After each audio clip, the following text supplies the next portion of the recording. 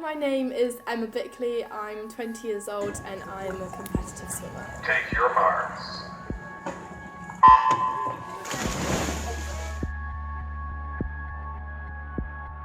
I've been swimming competitively since I was 9 years old at Paynton Swimming Club as well as Totnes Swimming Club.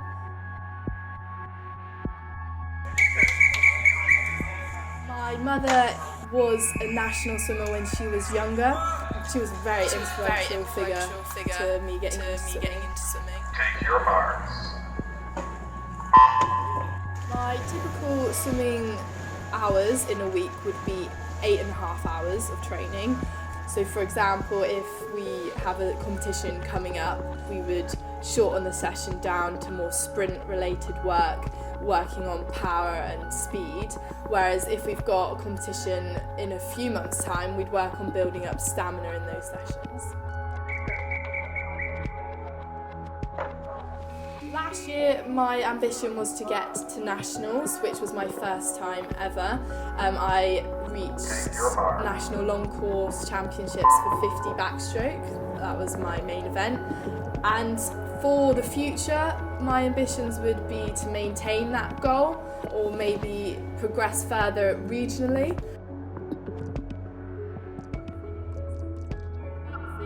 I do worry about failing, especially when it comes to more pressure related events. So when I'm doing national or regional standard competitions, I do feel the extra pressure and become more anxious.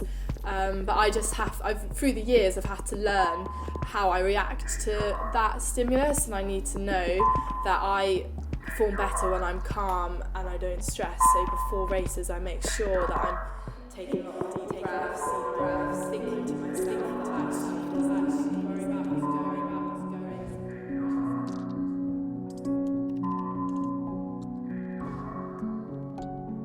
I have learnt that it's quite hard to balance having a social life, going out and seeing my friends, but also trying to keep on top of the training hours that I have to do. So when it comes to competitions, I have to sacrifice not seeing my friends at certain points because I know that I need to train, whereas when it's less busy schedule, I can sacrifice training sessions to see my friends. Take your marks.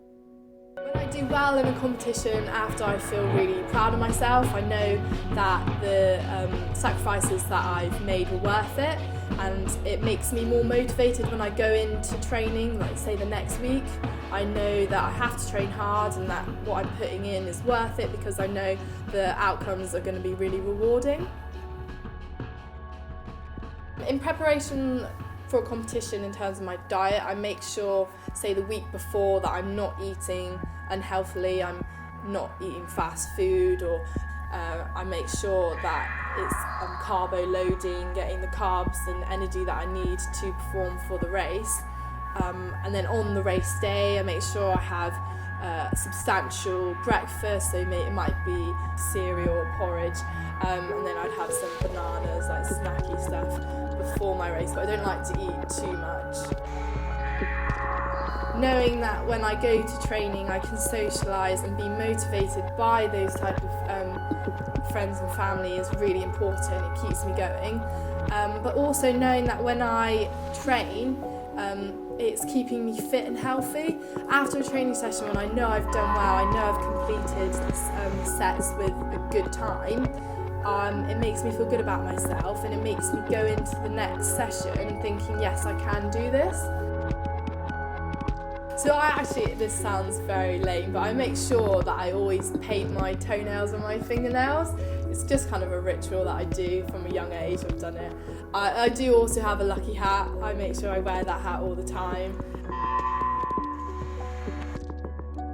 My top tip for anyone who wants to take up swimming is be prepared for the long hours. So as long as you have a balance and you sacrifice maybe not seeing your friends in training or maybe missing a session to go see your friends, having that balance is really important.